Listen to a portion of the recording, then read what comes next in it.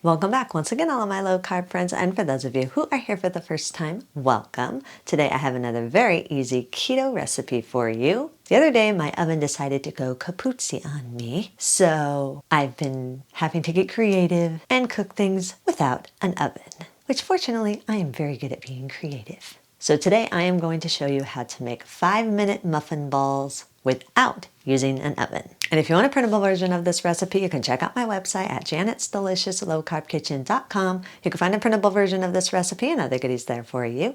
And if you're new to the channel and you want to see lots of easy, delicious, low-carb keto recipes, make sure you click that subscribe button and click the notification bell that's right next to the subscribe button. That way you can be notified every time I put out videos, at least every Wednesday and Saturday. And if you'd like to help support the channel, make sure you scroll down in the description of the video. You'll see some affiliate links. Anytime you purchase anything from those affiliate links, a small portion of your purchase will go to me and help support the channel. So while you do all that, let's get cooking.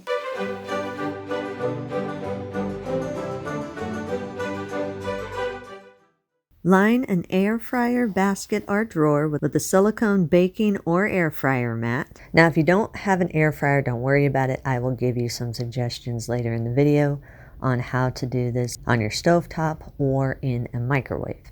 Now, I do not recommend using parchment paper for lining your air fryer basket or drawer because the air pressure in an air fryer is very rapid, and if your parchment paper is loose, it will blow it around and it can catch on fire. So if all you have is parchment paper to line the bottom of your air fryer basket or drawer, then while your air fryer preheats, you'll need to weigh the parchment paper down with something like maybe some kind of a air fryer safe dish or just something to where it'll prevent it from blowing around, or you can just very lightly spray your air fryer basket or drawer. Preheat your air fryer to 350 degrees for at least 5 minutes.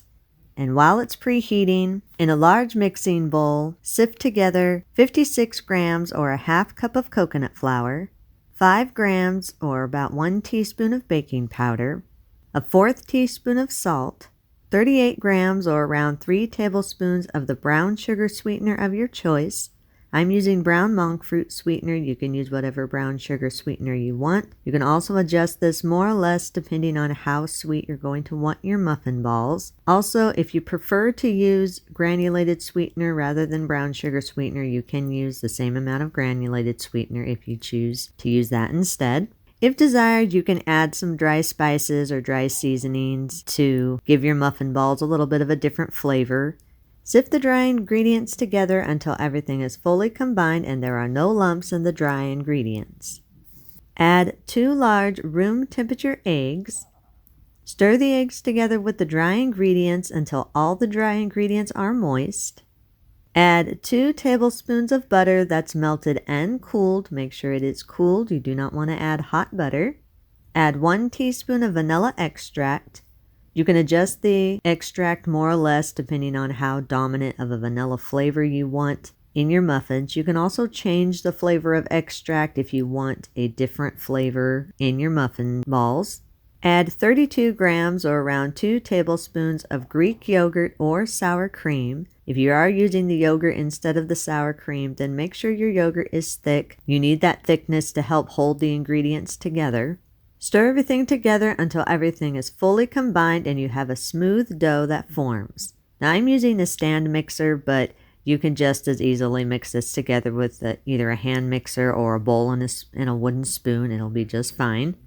Once you have a nice smooth dough that's formed, scrape down the sides of the bowl and push the dough to the center of your mixing bowl. Then we're going to test the dough by forming it into a smooth ball and massage it in your hands for a little bit, just making sure that you've got a nice, soft, smooth texture. Then take a portion of the dough in your hands and roll it around and kind of play around with it in your hands. We want to make sure that our dough is soft and smooth and is holding its shape. So when you roll that portion of dough in your hands, it should not be crumbly. It should be holding together nicely. If it is crumbling and not holding a shape, then just add a tiny bit more of the Greek yogurt or sour cream until the dough comes together and holds its shape well. Once you've tested the dough and you have the right texture, form it back into a ball and place it back into your mixing bowl.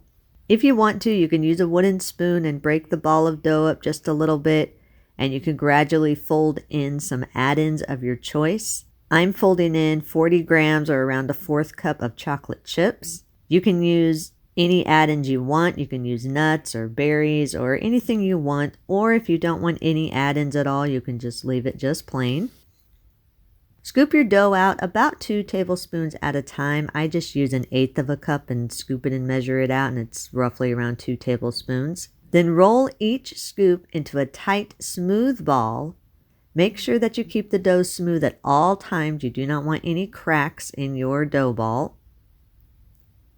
Place the rolled dough in a single layer into your prepared preheated air fryer basket or drawer. Make sure when you are putting the dough balls in your air fryer that they are in a single layer. You don't want them stacked on top of each other, and make sure you keep some space in between each one of the dough balls so you can have a nice even cook all the way around.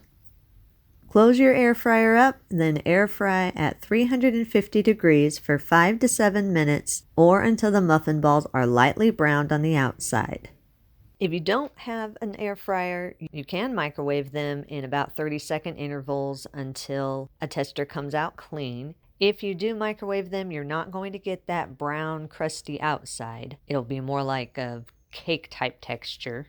If you don't want to microwave them, you can preheat a little bit of oil in a skillet on your stove top and just put 2 or 3 of the muffin balls in at a time and cook them until they are golden on the outside and the tester comes out clean.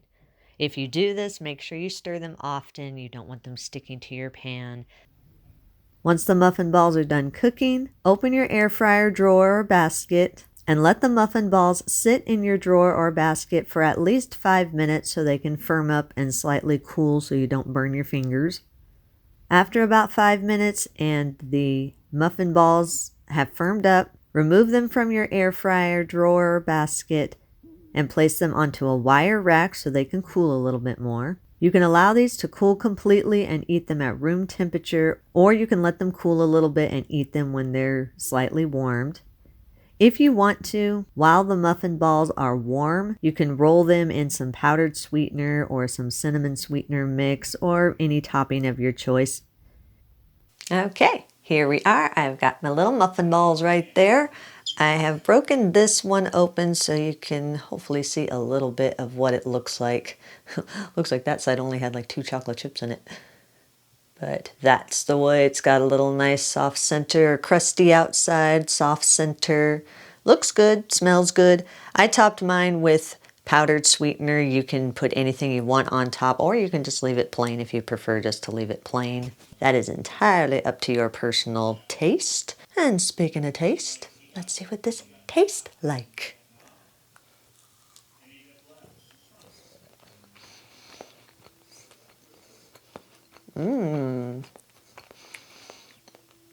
That's really good.